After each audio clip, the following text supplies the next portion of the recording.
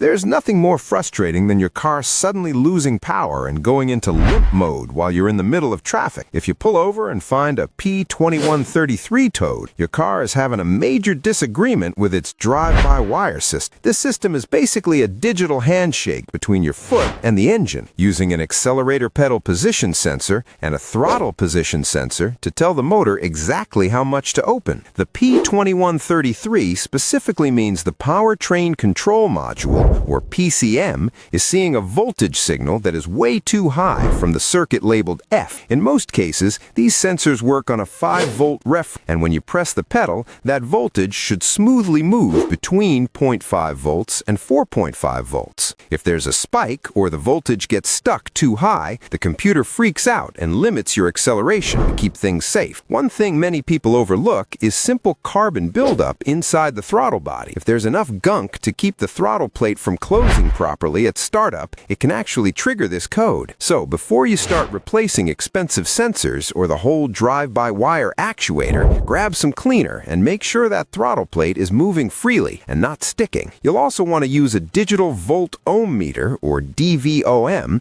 to watch the live data while you slowly move the pedal. If you see the numbers jump around or spike instead of climbing smoothly, you have found your broken sensor. An oscilloscope is even better if you have one, as it shows those tiny voltage glitches clearly. Also, do not forget to check those technical service bulletins, or TSBs, because some car makers actually recommend replacing the whole throttle body and sensors as a single unit to make sure everything stays perfectly in sync. Keep an eye out for corroded connectors too, because a little bit of rust in the plug can easily send the voltage into the wrong range.